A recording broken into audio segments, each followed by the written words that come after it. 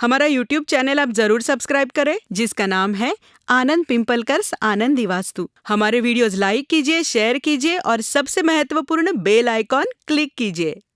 नमस्कार, मैं रचना। आनंदी वास्तु इस कार्यक्रम में आप सबका फिर से स्वागत है। फिर एक बार मिलते हैं वास्तु विशेषज्ञ ज्योतिर्विद आनंद पिंपलकर जी से। सर, आपका स्वागत करती हूँ।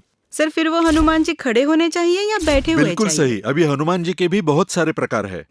मतलब दास हनुमान जी है, वीर हनुमान जी है, सीना चीरने वाले है, घुटने पर बैठे हैं। लेकिन जिस वक्त आप दक्षिणाभिमुख दरवाजे पर हनुमान जी लगाने का सोचेंगे और आपको कीर्तिमुख नहीं लगाना तो आप उस दरवाजे पे सीक्वेंस से लगे हुए मुख, जिसका बायां पैर ऊपर किसी पर रखा हुआ है, उसके एक हाथ में गदा, एक हाथ में धनुष्य और बाकी सभी हाथों में विविध प्रकार के आयुध और वेद, और उनकी पूंछ राउंड होनी चाहिए।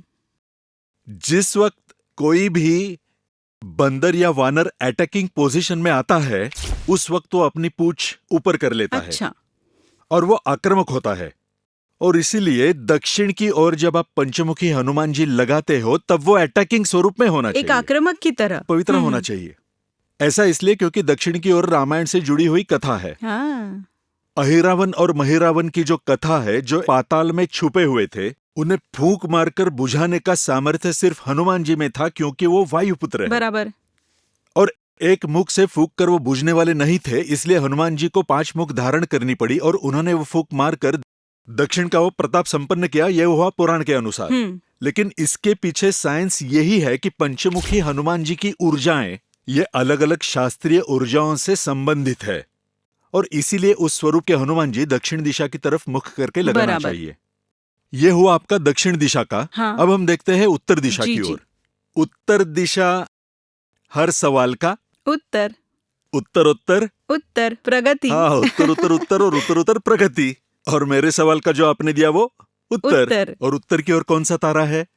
ध्रुव तारा। ध्रुव तारा कैसा है? वो निश्चित है, उसका स्थान फिक्स है। और ऐसे निश्चित ध्रुव तारे का प्रकाश हमारे वास्तु में आना चाहिए, और वो ऊर्जा धारक, और हमने क्या कहा, गणों का अधिपति, समूह का पति, वो समूह का एक भाग। उसी समूह से जो ऊर्जा आती है वो खुद में धारण करके घर में लाने का काम वो गणेश जी करते हैं। और इसलिए उत्तर की ओर मुख करके हमें जो गणेश जी लगाने हैं, वो गजांत लक्ष्मी गज गणेश लगाने हैं। आप देखोगे यहाँ पर 2 गणेश जी है, और यानी गज है, ये गणेश जी है। इस प्रकार आप वो मुख्य दरवाजे पर लगा सकते हैं। इसके अलावा उत्तर का अधिपतित्व दिया है कुबेर को, इसीलिए आप लक्ष्मी द्वार भी लगा सकते हैं। अच्छा। इस लक्ष्मी जी के दोनों तरफ भी कौन है? गज। गज है, जो गणेश जी के स्वरूप है। जिसके गोद में गणेश जी है, जिसके मुख्य द्वार पर भी उनके सर पर भी कीर्तिमुख है। अच्छा। मतलब संपूर्ण और परिपूर्ण ये द्वार भी आप लगा सकते हैं।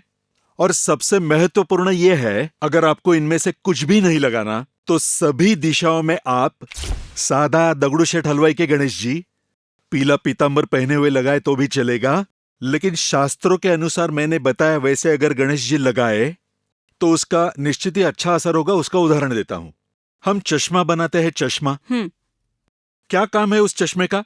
एक ही काम है कांच का। क्या काम है? आपको दृष्टि देना, जो आपकी वीक हुई है। लेकिन फिर आप उसमें यही फ्रेम चाहिए, वही फ्रेम चाहिए, गोल्डन ही चाहिए।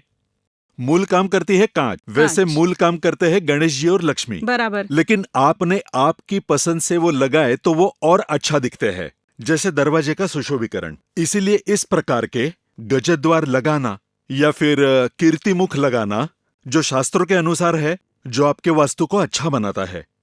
समय के साथ उसका स्वरूप भी बदलता है। ये महत्वपूर्ण जानकारी हमें देने के लिए धन्यवाद सर। हमें आज यहीं रुकना है। नमस्कार।